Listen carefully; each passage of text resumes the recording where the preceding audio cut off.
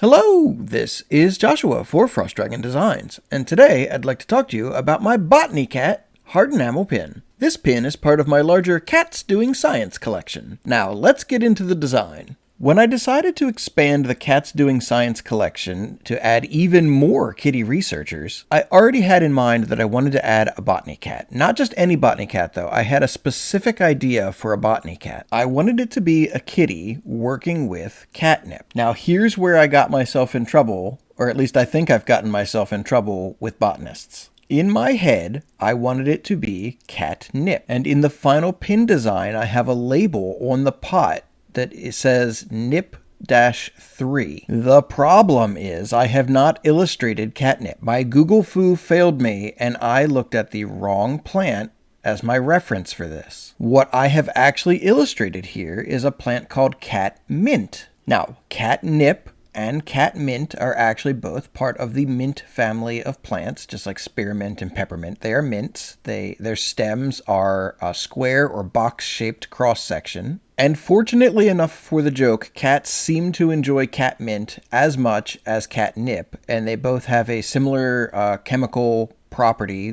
but I am slightly embarrassed since these pins say nip3 on them and they have already been sent off to my production partner to be made. Well, how do you know the difference, you might be asking? Catnip, to my current understanding, now has white flowers in small clusters, whereas catmint has purple clusters at the top of its stalks. And since this final pin design clearly has purple flowers at the top, that would indicate that this is catmint. So you and I have both learned something today, that catmint has purple flowers, catnip has white flowers. Now, as I had said, both plants have the same chemical property about them. Growing up, I have had cats that get super excited and very happy seeming and just very active with catnip. I've had cats that get very slack and just kind of lay around and roll around in it. Some people refer to catnip as kind of like kitty drugs, which to be fair is a reasonable analogy in some ways. However, research suggests that catnip is safe for cats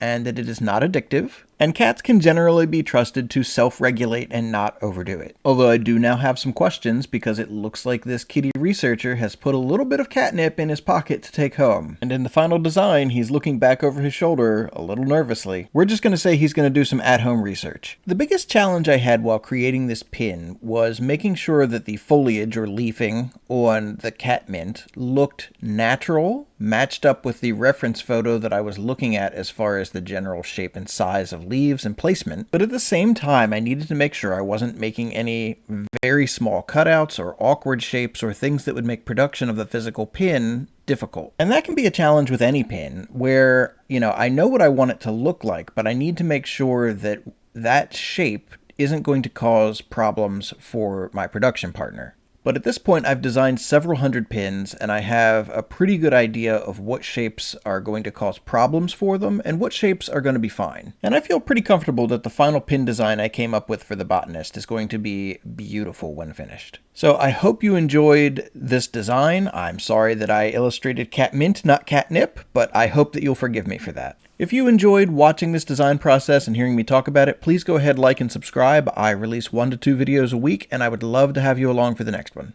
Thank you so much, and have a great day.